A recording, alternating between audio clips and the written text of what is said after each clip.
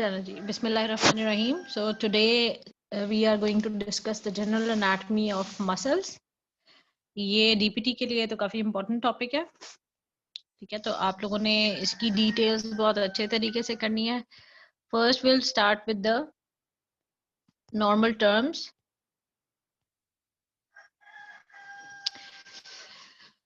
Okay जी. So the muscular system, by definition, it is a tough group of tissue that makes your body parts move. ठीक. Sorry. Now, there are over 650 major muscles in the human body, and they work the same way. Over 50 of those muscles are in your face. इसका मतलब है कि facial expression के जो muscles हैं उनके बारे में बता रहे हैं कि there are over 50 of those muscles.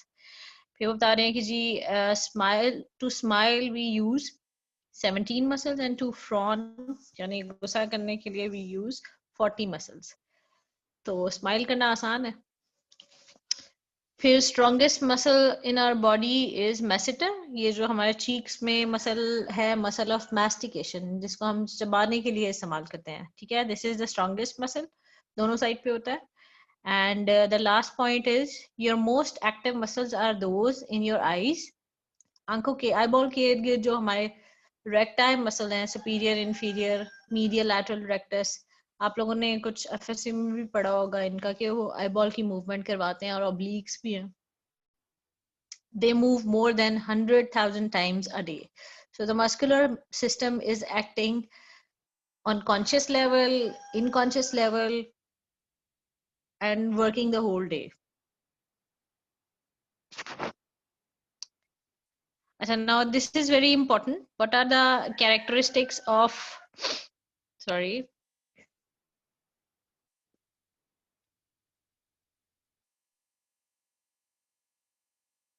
Okay. So what are the important 4 characteristics associated with muscular tissue? The first characteristic is excitability. Excitability का मतलब ये है कि nerve impulse आए तो जो मसल है उसको रिसीव भी करे और उसके रिस्पॉन्स भी दे. यानी कि उसके सेल मेम्ब्रेन में, मसल सेल की मेम्ब्रेन जो है उसमें कुछ चेंजेस आए और उसके बाद उसके अंदर एक्टिविटी स्टार्ट हो जाए. एक्टिविटी क्या होगी? एक्टिविटी ये होगी कि उस मसल की लेंथ आइदर वो शॉर्ट हो जाएगी और फिर रिवर्स हो जाएगी कि शॉर्ट हुआ है तो लेंथन हो जाएगी. तो जो शॉर्टनिंग है और थिकनिंग है उसको हम कहते हैं कॉन्ट्रैक्टिलिटी, और जो लेंथनिंग है उसको हम कहते हैं एक्सटेंसिबिलिटी. यानी कि अगर नर्व इम्पल्स जो है वो एक्साइटेटरी है, उसको एक्साइट करी है तो वो कॉन्ट्रैक्ट करेगा, इनहिबिटरी है तो वो रिलैक्स करेगा, लेंथन करेगा. सो ये आपने इसके 3 इंपॉर्टेंट फीचर्स देख लिए. इलास्टिसिटी क्या चीज है कि whenever the nerve impulse is over या stopped, तो उस वक्त क्या होता है कि जो टिश्यू है, मस्कुलर टिश्यू, वो अपनी रेस्टिंग स्टेट पे आ जाए, नॉर्मल जहां से 0 से वो स्टार्ट हुआ था वहां पे वापस आ जाए. So this is called elasticity. जैसे रबर बैंड होता है, आप उसको स्ट्रेच करते हैं, जब उसको छोड़ो तो वो अपनी नॉर्मल पोजीशन में, अपनी शक्ल में वापस आ जाए. उसी तरह से मसल टिश्यू का यही है कि जब तक नर्व इम्पल्स जो है वो उसके ऊपर एक्ट करी है, लेंथनिंग भी हो रही है, शॉर्टनिंग भी हो रही है. ठीक है, और जैसे ही इनहिबिशन हो जाएगी तो फिर रेस्टिंग स्टेट पे आ जाएगा.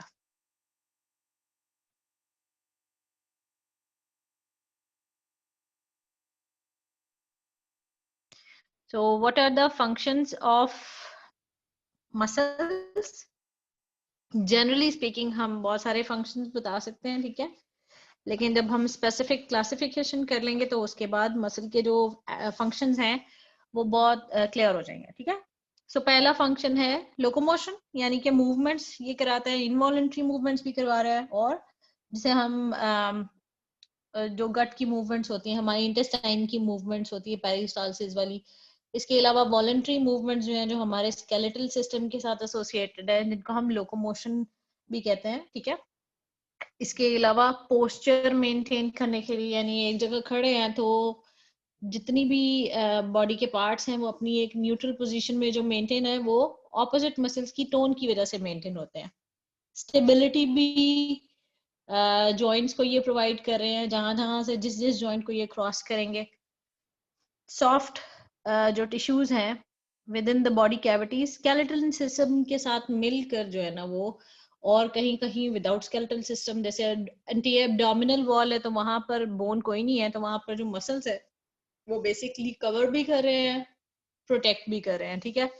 लेकिन चेस्ट कैविटी की अगर हम बात करें तो वहां पर रिब केज के साथ जो मसल्स हैं वो कंप्लीटली चेस्ट वॉल बना रहे हैं, ठीक है, और they are covering the soft tissues. So important point कि ये जो है ना प्रोटेक्शन भी दे रहे हैं और वॉल्स भी बना रहे हैं, ठीक है।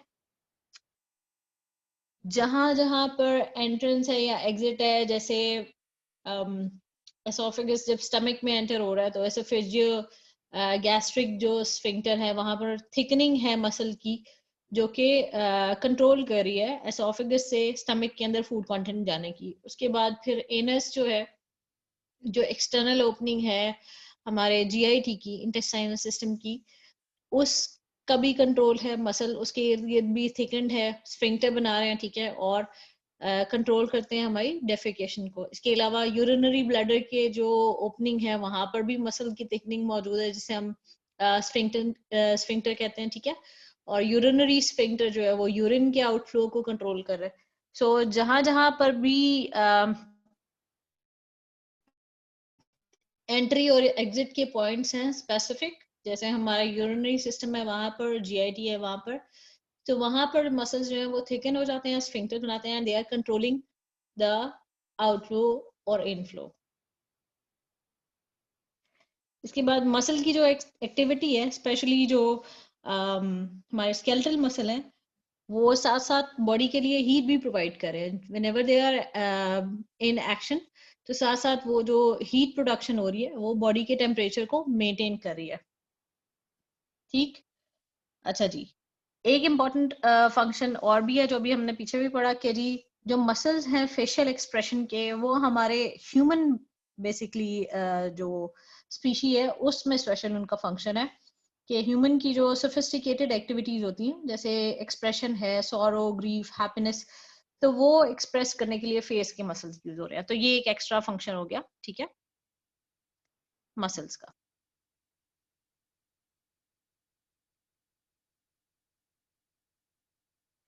ओके जी, कुछ जनरल बातें, क्योंकि there are some terms which are used for muscles. कुछ प्रीफिक्सेस हैं जिनको आप देखें तो आपको पता चल जाना चाहिए कि this is the term related to muscle. These prefixes are myo, mys, sarco, ठीक है। फॉर एग्जाम्पल, ये आपको पहला वर्ड जो नजर आ रहा है, दिस इज सार्कोप्लाज्मिक रेटिकुलम, ठीक है। सो सार्कोप्लाज्मिक रेटिकुलम क्या होता है? This is the smooth endoplasmic reticulum of the muscle cell, तो उसको हम कह देते हैं सार्कोप्लाज्मिक रेटिकुलम। फिर सार्कोप्लाज्म का जो वर्ड है, this is basically cytoplasm of the muscle cell. Sarcoplasmic reticulum जो है मसल सेल में, वो हमें पता है कि कैल्शियम स्टोर करता है, और जब नर्व इम्पल्स आती है और एक्टिविटी स्टार्ट होती है तो वो कैल्शियम रिलीज भी करता है, ठीक है। सो ये फंक्शन हमने इसका याद रखना है। सार्कोप्लाज्म जो है उसके अंदर बहुत सारे ऑर्गेनेल्स हैं, उनमें हमारे लिए मसल के लिए जो है ना मोस्ट इंपॉर्टेंट एक तो माइटोकॉन्ड्रिया है, ठीक है। फिर ग्लाइकोसोम्स है जिनमें ग्लूकोज स्टोर हुई हुई है जो यूज होनी है, मायोग्लोबिन है, ठीक है, जो कि स्पेसिफिकली उस वक्त जब हाईली एक्टिव होता है मसल तो ऑक्सीजन बाइंडिंग जो है ना उसकी कैपेसिटी यूज हो रही होती है ऑक्सीजन प्रोवाइड करने के लिए, और फिर बाद में ऑक्सीजन वो स्टोर भी करती है। सो सार्कोलेमा क्या होता है? This is the plasmalemma या cell membrane of the muscle cell, ठीक। मायोसिन का वर्ड भी, उसमें भी मायो आ गया, ये एक प्रोटीन है which is a thick protein, ठीक है। उसके साथ एक और थिन प्रोटीन भी होती है जिसको हम एक्टिन कहते हैं। कुछ आप लोगों ने एफएलसी में पहले भी पढ़ा हुआ है कि एक्टिन और मायोसिन जो है वो स्पेशल स्ट्रक्चर्स बना रहे हैं। स्पेशल स्ट्रक्चर्स मसल के अंदर जो है उनको हम सार्कोमेयर्स कहते हैं, और सार्कोमेयर्स जो है वो जब एक यूनिट के तौर पर कॉन्ट्रैक्ट करते हैं तो मसल की शॉर्टनिंग और लेंथनिंग होती है। ये हम आगे देखेंगे इनका स्ट्रक्चर कैसा है, ठीक। टी ट्यूब्यूल सिस्टम रह गया। सेल मेम्ब्रेन से जो है ना वो स्पेशल ट्यूब्स निकलती हैं अंदर की तरफ सेल में जाती हैं, ठीक है, और वो जो मसल सेल है उसके सार्कोप्लाज्मिक रेटिकुलम के साथ एसोसिएटेड होती हैं। वो हम देखेंगे कि वो किस तरह से एसोसिएटेड होती हैं। नर्व इम्पल्स जब आती है सेल मेम्ब्रेन पे तो टी ट्यूब्यूल्स के थ्रू सेल के अंदर पहुंचती है, ठीक है, और फिर वो कैसे एक्टिविटी करती है ये आगे हमने स्ट्रक्चर में देखना है। सो ये कुछ टर्मिनोलॉजीज थी, ये आपने देख ली। Now the general first classification वो है मसल टिश्यू की, ठीक है। This is three types of muscles are there. कौन कौन से? Skeletal muscle, cardiac muscle and smooth muscle. ये जो क्लासिफिकेशन है ये हम दो तरह से कर सकते हैं, ठीक है।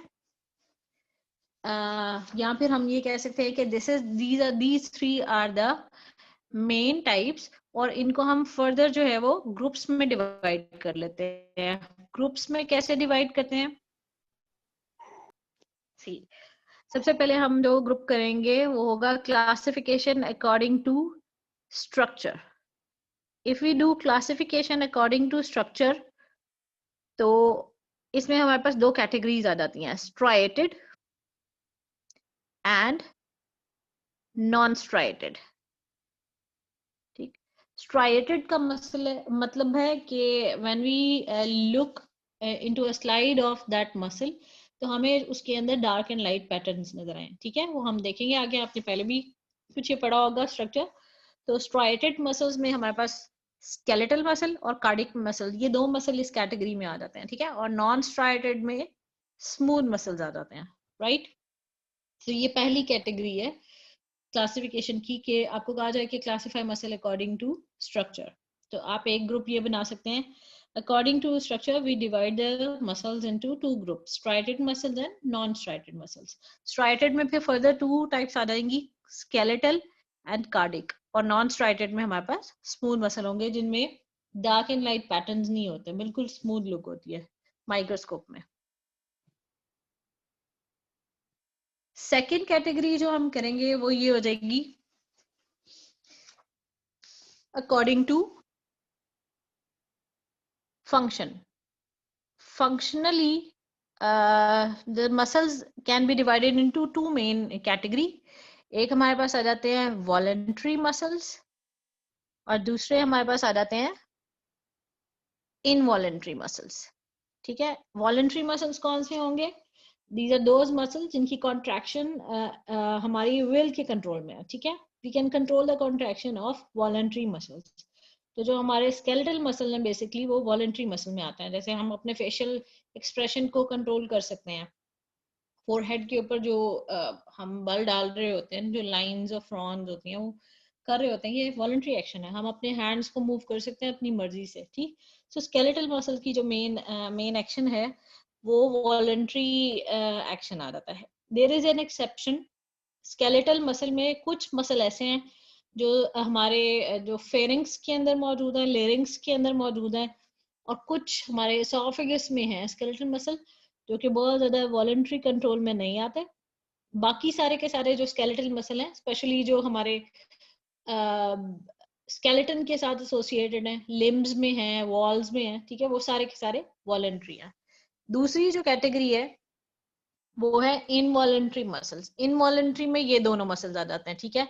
इनमें कार्डिक मसल्स भी आ जाते हैं which are present in the heart, और इनमें जो है वो स्मूथ मसल्स भी आ जाते हैं। स्मूथ मसल्स जो है वो हमारी जितनी भी जो है ऑर्गन्स जो है उनकी वॉल्स बना रहे हैं, यानी स्टमक की वॉल्स, इंटेस्टाइन की वॉल्स बना रहे हैं, यूरिनरी ब्लैडर की वॉल में है, ठीक है, रेक्टम एनल कैनाल की वॉल में है, और जितने भी सिस्टम है उनकी वॉल्स बना रहे हैं, ठीक है। स्मूथ मसल वाला जो पोर्शन है वो सारा का सारा हमारे इंटरनल ऑर्गन्स में, this is involuntary.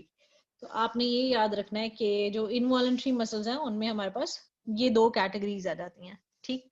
Cardiac muscle जो हार्ट में है और दूसरे स्मूथ मसल जो बाकी विसरा में है, इंटरनल ऑर्गन्स। नेक्स्ट एक और कैटेगरी हमारे पास आ जाएगी according to development. According to development, जो मसल्स हैं उनका से दो टाइप्स हैं. जो मेन टाइप है दैट इज मीजोडर्मल. हमें पता है कि जब एम्ब्रियो बन रहा होता है जाइगोट से तो 3 लेयर्स बन जाती हैं, एक्टोडर्म, एंडोडर्म एंड मीजोडर्म. तो जो हमारा स्केलेटल सिस्टम है और मस्कुलर सिस्टम है वो सारा का सारा मीजोडर्म से आ रहा होता है. ठीक, mainly most of the muscles they arise from mesoderm. तो ज्यादातर मसल्स जितने भी हैं वो मीजोडर्म से बने हैं, तो उनको हम मीजोडर्मल मसल्स कहते हैं.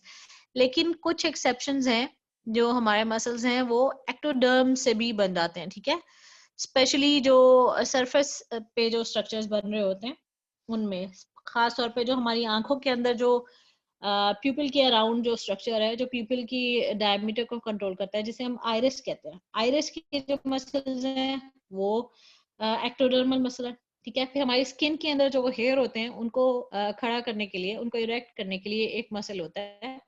सर्दी में सबको पता है बाल खड़े हो जाते हैं, तो स्किन के ऊपर जो ये हेयर इरेक्शन होती है, तो उसके लिए जो वहां पर मसल मौजूद है स्किन के अंदर, दिस इज इरेक्टर पाइलाई मसल, वो भी एक्टोडर्मल है. ठीक है, तो ये दो एग्जांपल मैंने आपको बता दिए हैं एक्टोडर्मल मसल की. बाकी सारे जितने मसल्स हैं they are basically mesodermal muscles.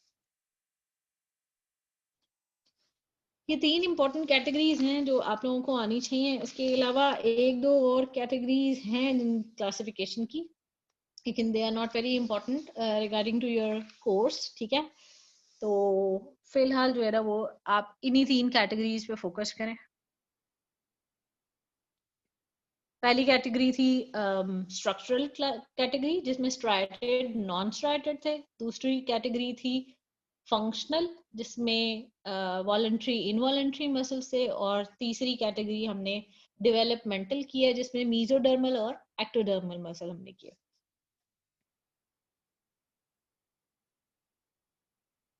Okay जी, तो अब हम जो 3 टाइप्स हैं मसल की, उनमें से एक एक के जो है ना कैरेक्टरिस्टिक्स देख लें.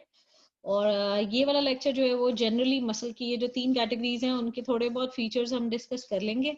नेक्स्ट लेक्चर में हमने स्केलेटल मसल्स की डिटेल डिस्कस करनी है. ठीक है, स्केलेटल मसल का डिटेल स्ट्रक्चर डिस्कस करना है. उसके बाद स्केलेटल मसल की जो क्लासिफिकेशन है वो हमने डिस्कस करनी है.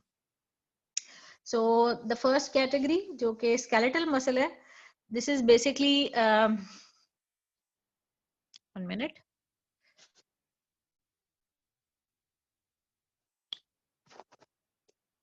Okay,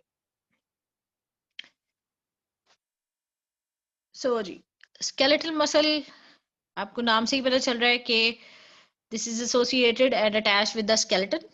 ठीक है, अंडर आवर कॉन्शियस कंट्रोल. अभी हमने बात की कि ये वॉलंटरी मसल्स में आते हैं, जो हमने फंक्शनल क्लासिफिकेशन की है उसके अकॉर्डिंगली. ठीक है, माइक्रोस्कोपिकली अगर हम देखें तो दीज मसल्स आर स्ट्राइटेड. अभी हमने कहा स्ट्रक्चरल क्लासिफिकेशन में कि 2 तरह के मसल्स होंगे, स्ट्राइटेड एंड नॉन स्ट्राइटेड. तो अगर आप यहाँ पर ये चीज देखें तो आपको नजर आ रही हैं लाइंस, डार्क एंड लाइट, आपको पैटर्न नजर आ रहे हैं. ठीक है, और ये जो लाइंस है, जब हम इनको बहुत ज्यादा फोकस करके स्ट्रक्चर देखेंगे तो हमें पता चलेगा कि एक्टिन मायोसिन ने ये स्पेसिफिक पैटर्न्स बनाए हैं जिनको हम सार्कोमेयर्स कहते हैं. तो सार्कोमेयर्स इसमें भी हैं, स्केलेटल मसल में भी और कार्डियक मसल में भी है. Right, these cells are long, cylindrical, multinucleated. ठीक है, ये हमने एक बात याद रखनी है कि जो स्केलेटल मसल है वो कार्डियक मसल से इस तरह से डिफरेंट है कि स्केलेटल मसल जो है ना वो लॉन्ग होते हैं और मल्टी न्यूक्लिएटेड होते हैं and they are non branching. ठीक है, हमें अच्छी तरह से पता है कि they are associated with skeleton. ठीक है, तो लोकेशन उनकी हमारे जो है वो बोन्स के साथ होगी, स्केलेटल सिस्टम के साथ होगी. ठीक है, फंक्शन क्या होगा इनका कि दे मूव और stabilize the position of the skeleton. कहीं कहीं पे दे गार्ड द एंट्रेंसेस, कहीं पे भी मतलब कुछ जगह पे, जैसे हमारा एक्सटर्नल एनल स्फिंक्टर है डाइजेस्टिव सिस्टम में, वो स्केलेटल मसल से बना हुआ है. इंटरनल एनल स्फिंक्टर जो है वो स्मूथ मसल से बना हुआ है. तो इंटरनल ऑर्गन्स की भी प्रोटेक्शन में और एंट्रेंसेस के उसमें गाइडेड सॉरी कंट्रोल में स्केलेटल मसल का भी कुछ रोल आ जाता है. ठीक है,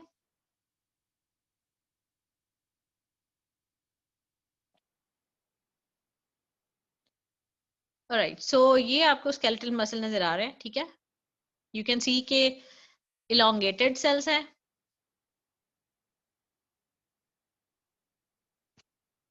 एक सेल के अंदर आपको ज्यादा न्यूक्लियाई नजर आ रहे हैं, ठीक है। So they are multinucleated, striated है, आपको पैटर्न भी नजर आ रहा है। वॉलंटरी, प्रोड्यूस पावरफुल कॉन्ट्रैक्शन, ये एक नॉर्मल सी जो इनकी जो है ना वो है कैरेक्टरिस्टिक्स। अगर हम यहाँ पर देखें तो we can see this pattern कि ये एक स्केलेटल मसल का सेल है, और यहाँ पर आप देखें बिल्कुल सेल मेम्ब्रेन के नीचे की तरफ जो है ना वो आपको न्यूक्लियाई नजर आ रहे हैं, ठीक है। और बाकी आपको ये पैटर्न नजर आ रहा है जो स्ट्राइएशन का है, ठीक है। सो ये एक लंबा सा जो आपको सिलेंडर सा नजर आ रहा है वो एक कंप्लीट सेल है। This is one skeletal muscle cell. अब ये जो आपको पिक्चर नजर आ रही है ऊपर वाली, this is a longitudinal section. मैंने आपको बताया था कि एक होता है लॉन्गिट्यूडनल सेक्शन और एक होता है क्रॉस सेक्शन, ठीक है ना। ये नीचे वाला जो हमारे पास आ रहा है this is cross section. Cross section में आपको जो है ना वो कि इसका ये वाला पार्ट से अगर हम यहाँ सेक्शन लें तो फिर ये क्रॉस सेक्शन आपको ये वाले पैटर्न नजर आएंगे, ठीक है, ओवल से। और उनमें आपको किसी में एक न्यूक्लियस नजर आ रहा है, किसी किसी में जो है ना वो दो न्यूक्लियाई नजर आ रहे हैं मार्जिन पे। तो डिपेंडिंग अपॉन के कहाँ से सेक्शन हुआ है, ऑब्लिक हुआ है या स्ट्रेट हुआ है, आपको एक न्यूक्लियस भी नजर आएगा क्रॉस सेक्शन में, दो न्यूक्लियाई भी नजर आ सकते हैं, ठीक है। So these are the characteristics of skeletal muscle.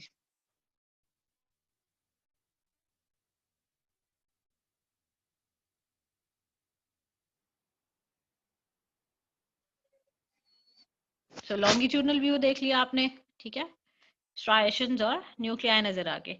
और फिर आपने क्रॉस सेक्शन देख लिया, क्रॉस सेक्शन में भी आप क्रॉस सेक्शन में आपको स्ट्राइएशन नजर नहीं आती, आपको डॉट्स नजर आते हैं अंदर सेंटर में, वो भी अगर अच्छा मतलब मैग्नीफाइड व्यू हो उसमें। और आपको न्यूक्लियाई नजर आते हैं सेल मेम्ब्रेन के पास। Again a cross section of skeletal muscle. इसमें थोड़ा सा क्योंकि हाथ से बनी हुई एक डायग्राम है तो आपको ज्यादा क्लियर पता चल रहा होगा इसमें। यू कैन सी कि ये आपको सेक्शंस नजर आ रहे हैं, क्रॉस सेक्शन। और एक स्केलेटल मसल के अंदर ये जो सेंटर में डॉट्स नजर आ रहे हैं वो सारी वो जो प्रोटीन की फिलामेंट्स होते हैं जिन्हें हम मायोफिब्रिल्स कहते हैं, उनके क्रॉस सेक्शन ये डॉट्स नजर आ रहे हैं। और जो ब्लू कलर के नजर आ रहे हैं these are the nuclei of skeletal muscle, ठीक। तो ये आपको माइक्रोस्कोप के अंदर ये इस तरह का व्यू नजर आएगा क्रॉस सेक्शन में। Alright, so the next thing is the next category is cardiac muscle. Cardiac muscle जो है they are also striated muscle, ठीक। कार्डियक मसल नाम से पता चल जाता है, कार्डियक का वर्ड जो है वो हार्ट के लिए यूज होता है, तो they are present in the muscular portion जिसे हम मायोकार्डियम कहते हैं, यानी muscular portion of the heart, ठीक। मस्कुलर वॉल बना रहे हैं हार्ट की। इनवॉलेंट्री है, फंक्शनल क्लासिफिकेशन अभी हमने जो की थी उसमें ये इनवॉलेंट्री कैटेगरी में आते हैं। स्ट्रक्चरल क्लासिफिकेशन में हमने कहा था कि ये स्ट्राइटेड मसल्स हैं। अच्छा, skeletal muscle were long, non branching and multi nucleated. अब हम यहाँ पे देखें कि जो कार्डिक मसल्स हैं they are short, branching, they have a single nucleus जो कि सेंटर में होता है, सेल मेम्ब्रेन के पास नहीं होता, बिल्कुल सेंटर में होता है, ठीक है। और ये जो शॉर्ट सेल्स हैं, ब्रांचिंग सेल्स हैं, they are connected to each other.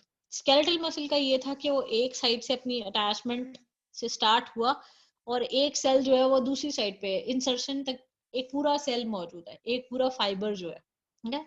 और वो जो फाइबर्स बंडल अप होते हैं तो एक स्केलेटल मसल बनता है। सो स्केलेटल मसल आपस में कनेक्टेड नहीं है इस तरह से, बट कार्डिक मसल जो है वो एक सेल जो है वो दूसरे सेल से कनेक्टेड है। यू कैन सी हियर कि ये एक कार्डिक मसल है, ठीक है। आगे ब्रांच हुआ है और ब्रांच के आगे ये जो आप जिगजैग लाइनिंग नजर आ रही है ये आपको नजर आ रहा है कि this is connecting to the next cardiac muscle, ठीक है। तो जहां पे भी आपको इंटरकलेटेड डिस्क नजर आएगी वहां पे आपको पता चल जाएगा कि एक स्केलेट एक कार्डिक मसल जो है वो नेक्स्ट कार्डिक मसल के साथ कनेक्ट हो रहा है, ठीक है। और ये इलेक्ट्रिकल कनेक्शन है, ठीक है। इसके अंदर गैप मतलब चैनल्स होते हैं और ये इसका मतलब ये है कि कार्डिक मसल जो है ना उसमें अगर एक तरफ से नर्व इम्पल्स आएगी तो एक सेल से सारे सेल्स में स्प्रेड कर जाएगी, ठीक।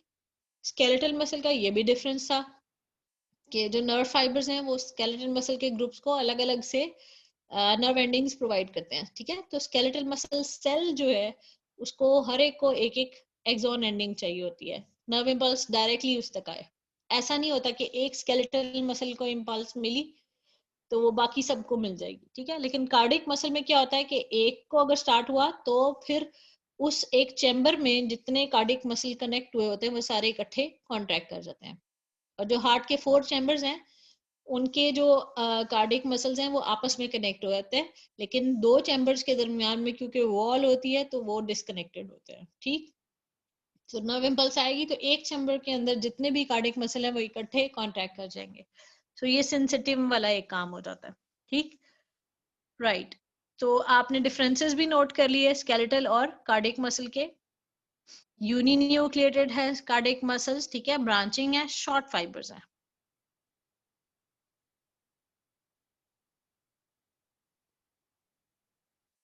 ये हमारे पास फिर एक और आगे व्यू। अब आपको यहाँ पर ये नजर आ रहा है ब्लू एरो में, बेसिकली इंटरकलेटेड डिस्क भी नजर आ रही है। ये जो राउंड से है ये कार्डिक मसल के जो है ना वो न्यूक्लियाई नजर आ रहे हैं, बाकी जो इधर उधर नजर आ रहे हैं वो कनेक्टिव टिश्यू जो उसके इर्द गिर्द है उसके न्यूक्लियाई हैं, फाइब्रोब्लास्ट के, ठीक है। तो जो कार्डिक मसल के अपने आपको न्यूक्लियाई नजर आ रहे हैं वो राउंड टू ओवल नजर आ रहे हैं। नीचे वाली डायग्राम में भी अगर आप देखें तो आपको इंटरकलेटेड डिस्क, न्यूक्लियाई और कार्डिक मसल के सिलेंड्रिकल शॉर्ट फाइबर्स नजर आ रहे हैं। So these are also branch cells. Intercalated disc एक डिफरेंस आ गया, सिंगल न्यूक्लियस है ये डिफरेंस हो गया। स्ट्राइएशंस उसी तरह से हैं जिस तरह कार्डिक स्केलेटल मसल में होती हैं, बट स्केलेटल मसल के ऑपोजिटली दीज आर इनवॉलेंट्री, ठीक। एंड स्टेडी कांस्टेंट कॉन्ट्रैक्शंस होती है। स्केलेटल मसल तो ये होता है ना कि एक कॉन्ट्रैक्शन हुई और उसके बाद फटीग हो जाती है, थक जाता है, उसको थोड़ा सा रिचार्ज होने की जरूरत होती है। लेकिन कार्डिक मसल जो है वो सारा दिन उनकी एक्टिविटी सस्टेन्ड रहती है। तो कार्डिक सेल्स के अंदर बहुत ज्यादा स्टोर भी हुआ होता है मटेरियल, जिसकी वजह से ये टायर नहीं होते। अब हैंड से ही आपको एक डायग्राम नजर आ रही है, थोड़ा सा मैं इसको एलैबोरेट कर दूं। अब आपको नजर आ रहे हैं ये इस तरह से एक कार्डिक मसल जो है फाइबर, एक फाइबर इस तरह से आता है, उसकी ब्रांचिंग हो जाती है। जो ब्रांचेस हैं वो इंटरकलेटेड डिस्क के थ्रू अगले कार्डिक मसल के साथ जुड़ गई, ठीक है। फिर आगे उसकी अपनी ब्रांचिंग हो गई, ठीक है, फिर आगे कनेक्ट हो गए। तो ये आपको हर कनेक्शन पे, स्पेशली ब्रांचिंग के बाद जब वो कनेक्ट होता है अगले कार्डिक मसल से, तो आपको इंटरकलेटेड डिस्क नजर आती हैं। उसके अलावा आपको स्ट्राइएशंस भी नजर आती हैं और सेंट्रल राउंडेड न्यूक्लियस नजर आता है। तो ब्लू में आपको ये सेंट्रल न्यूक्लियाई नजर आ रहे हैं, ठीक है। ये जो आपको लाइंस नजर आ रही हैं these are the intercalated disc, ठीक। सो ये हो गया लॉन्गिट्यूडनल सेक्शन। और ये जो आपको साइड में पिक्चर में नजर आ रहा है इनसेट में, दिस इज ट्रांसफर सेक्शन या cross section of cardiac muscle. अब क्रॉस सेक्शन में मैंने आपको पहले भी बताया था कि स्ट्राइएशंस नजर नहीं आती, उसके अंदर जो फाइबर्स होते हैं वो कट होकर आपको वो डॉट्स नजर आ रहे हैं। तो ये जो पिंक पिंक डॉट्स नजर आ रहे हैं सेल के अंदर वो मायोफिब्रिल्स है। सेंटर में न्यूक्लियस का सेक्शन नजर आ रहा है। So this is the structure of cardiac muscle. Smooth muscles की बात कर ले तो जी, स्मूथ मसल्स क्या हैं? They are going to form walls of organs. हमारे अंदर जो विसरा है, जो ऑर्गन्स हैं उनकी वॉल्स बना रहे हैं, हमारी ब्लड वेसल्स की वॉल्स बना रहे हैं, ठीक है। हमने कैटेगरीज पढ़ी थी तो स्ट्रक्चरल में ये नॉन स्ट्राइटेड में आते हैं और फंक्शनल में ये इनवॉलेंट्री मसल्स में आते हैं, ठीक है। अब इनका जो स्ट्रक्चर है वो बिल्कुल डिफरेंट है as compare to cardiac and skeletal muscle. Short muscles हैं, स्पिंडल शेप हैं और सिंगल न्यूक्लियस, ठीक। तो स्पिंडल शेप का क्या मतलब होता है? दोनों तरफ से पॉइंटेड एंड है, ठीक है, थिन हो जाता है सेल और सेंटर से थोड़ा सा थिक है और उस सेंटर वाले पार्ट में ही आपको ये न्यूक्लियस नजर आ रहा है, ठीक। और इसकी वजह से जो ऑर्गन्स हैं उनकी वॉल्स में ये एबिलिटी आ जाती है कि वो जब ब्लड वेसल्स में ब्लड आया, जैसे एओर्टा में जब ब्लड आता है बहुत प्रेशर के साथ आता है, तो वो थोड़ी देर के लिए डिस्टेंड कर जाता है, और उसके बाद ब्लड जब आगे चला जाता है तो फिर वो वापस अपनी नॉर्मल पोजीशन में आ जाता है। तो ये स्मूथ मसल और साथ ही साथ जो इलास्टिक कंटेंट होता है उसकी वजह से ये उसकी वॉल में एबिलिटी आती है। उसी तरह से अगर हम जीआईटी की बात करें तो उसकी वॉल में भी जब स्टोर्ड मटेरियल या फूड मटेरियल पार्ट्स कर रहा है तो उस वक्त वो डिस्टेंड होते हैं, और उसके बाद फिर जब मूव कर जाता है मटेरियल तो पीछे से नॉर्मल अपनी पोजीशन में आ जाते हैं। तो ये जो डिस्टेंसिबिलिटी और ये इस तरह से इलास्टिसिटी है, इसमें काफी हद तक स्मूथ मसल्स का भी रोल है। ठीक, तो जितने भी इंटरनल ऑर्गन्स हैं उनके फंक्शंस में स्मूथ मसल की बहुत इंपॉर्टेंस आ जाती है। जैसे जीआईटी में आ गए तो वो फूड को मूव करने के लिए स्मूथ मसल कॉन्ट्रैक्ट करें। अगर हम रीनल सिस्टम की बात करें, यूरिनरी सिस्टम की बात करें, तो यूरिन को की मूवमेंट में स्मूथ मसल की कॉन्ट्रैक्शन आ जाती है। ठीक है, स्पेशली जब किडनी से आगे यूरेटर में मूव कर रहा होता है। फिर यूरिनरी ब्लैडर के अंदर जब वो कॉन्ट्रैक्ट करता है स्मूथ मसल तो फिर मिक्सचुरेशन होती है, यानी यूरिन पास आउट होता है। ठीक, अच्छा जी। उसके अलावा रेस्पिरेटरी सिस्टम की अगर हम बात करें तो हमारे जो रेस्पिरेटरी जो ट्रैक है उसके डायमीटर्स भी कम ज्यादा हो रहे होते हैं स्मूथ मसल की कॉन्ट्रैक्शन और रिलैक्सेशन की वजह से। ठीक है, तो वो सांस लेने में जो मूवमेंट्स हो रही है, कुछ तो चेस्ट वॉल की मूवमेंट है वो हमारे स्केलेटल मसल्स हैं, वॉलंटरी मसल्स, लेकिन जो अंदर विंड पाइप, ट्रेकिया और ब्रोंकाई की जो है डायमीटर्स चेंज होते हैं वो स्मूथ मसल्स की वजह से होते हैं। ठीक हो क्या? सो स्मूथ मसल्स बहुत ज्यादा इंटरनल ऑर्गन्स में इनका रोल है।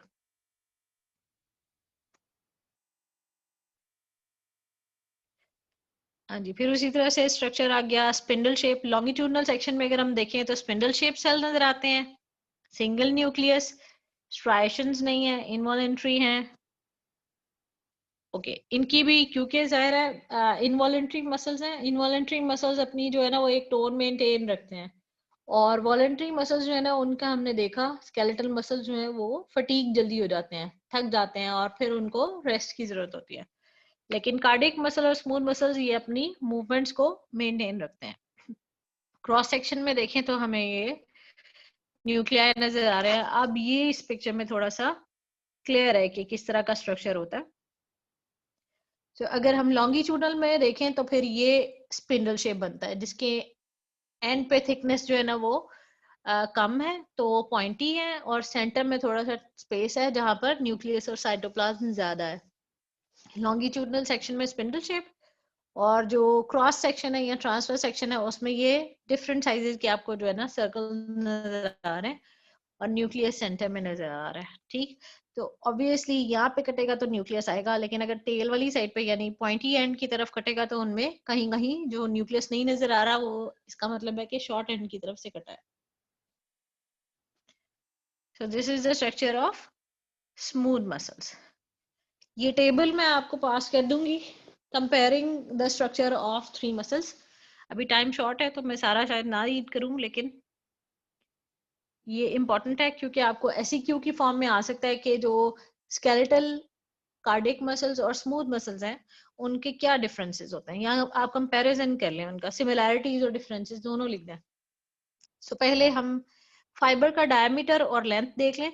तो स्केलेटल मसल का जो डायमीटर है वो 100 mm तक होता है, और लेंथ जो है वो अप टू 30 सेंटीमीटर होती है, यानी कि मैक्सिमम आप एक पूरे मसल की लेंथ के बराबर एक सेल की लेंथ की बात करते हैं।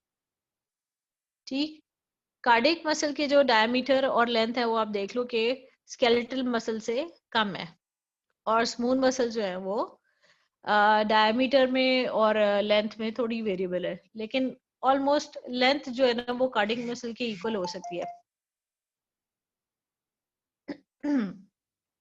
ओके, न्यूक्लियाई की बात करें तो स्केलेटल मसल मल्टी न्यूक्लिएटेड था, और जो न्यूक्लियाई थे they were close to the cell membrane on the inner side of the cell membrane. ठीक, कार्डियक मसल में सेंट्रल सिंगल न्यूक्लियस है, ठीक है, और स्मूथ मसल में भी सिंगल सेंट्रल न्यूक्लियाई है, राइट। फिलामेंट्स की अगर हम बात करें तो ये आगे हम जब स्ट्रक्चर पढ़ेंगे तो फिर आपको ज्यादा अच्छा समझ आएगा कि दोनों कार्डिक और स्केलेटल मसल में जो है ना वो सार्कोमियर्स होते हैं, और सार्कोमियर्स की वजह से ही एक्टिन और मायोसिन के जो स्पेशल पैटर्न्स बनते हैं उनकी वजह से ही वो स्ट्राइटेड लुक आती है। और क्योंकि स्मूथ मसल जो है उनमें एक्टिन मायोसिन प्रेजेंट है, क्योंकि without actin myosin muscle contract और रिलैक्स नहीं कर सकता, तो स्मूथ मसल में भी actin and myosin are present but they are not properly arranged, तो वो स्कैटर्ड है, कहीं कहीं ग्रुप्स की फॉर्म में मौजूद है डेंस बॉडीज के साथ। तो इस वजह से स्मूथ लुक आती है, कोई पैटर्न नहीं नजर आता हमें माइक्रोस्कोप में। ठीक, तो आपने ये बता देना है कि स्केलेटल और कार्डिक दोनों में सार्कोमियर्स बनते हैं, लेकिन स्मूथ मसल में कोई पैटर्न नहीं बनता, कोई यूनिट नहीं इस तरह का बनता।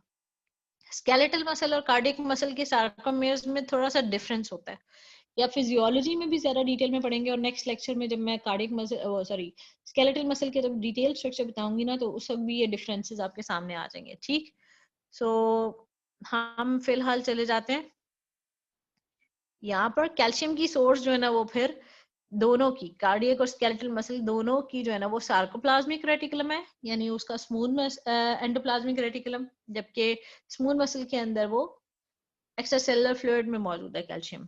ठीक है, कॉन्ट्रैक्शन का मैंने अभी आपको डिफरेंस बता दिया था कि स्केलेटल जो है ना वो फटीग हो जाते हैं, बाकी जो दोनों हैं जो इनवॉलेंट्री हमारे मसल्स हैं वो जल्दी फटीग नहीं होते, वो ज्यादा देर तक अपनी सस्टेन कर सकते हैं, कॉन्ट्रैक्शन को ज्यादा देर तक कॉन्ट्रैक्ट कर सकते हैं। ठीक, जो स्केलेटल मसल है उनकी एरोबिक रेस्पिरेशन होती है।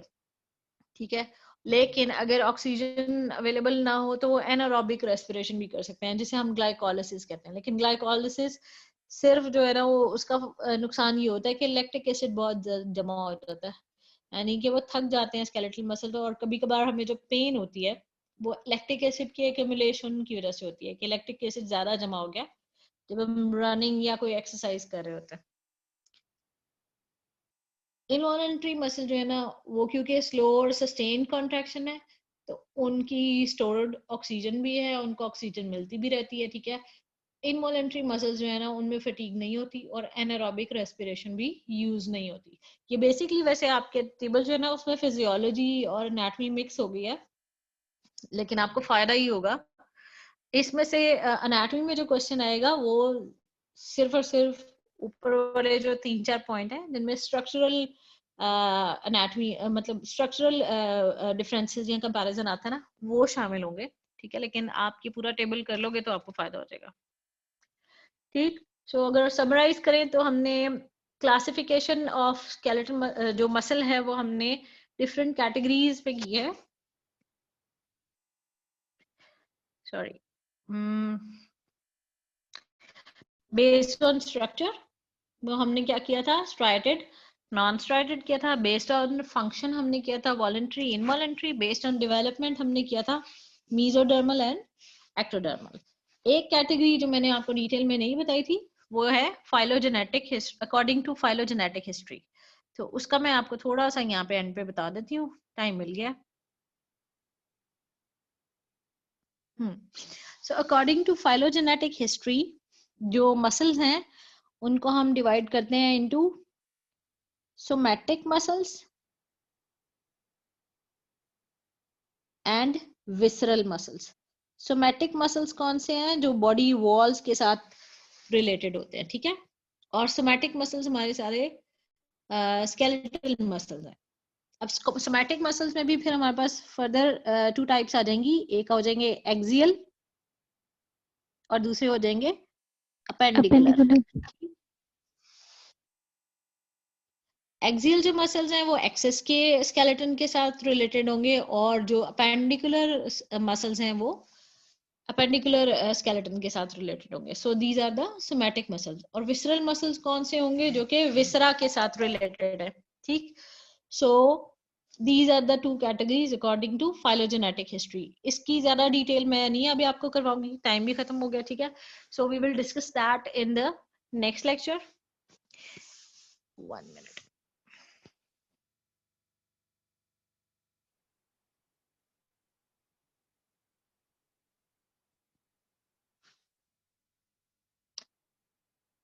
जी, अगर आप लोगों के कोई क्वेश्चंस हैं, कोई प्रॉब्लम है तो वो मुझे अभी बता दें।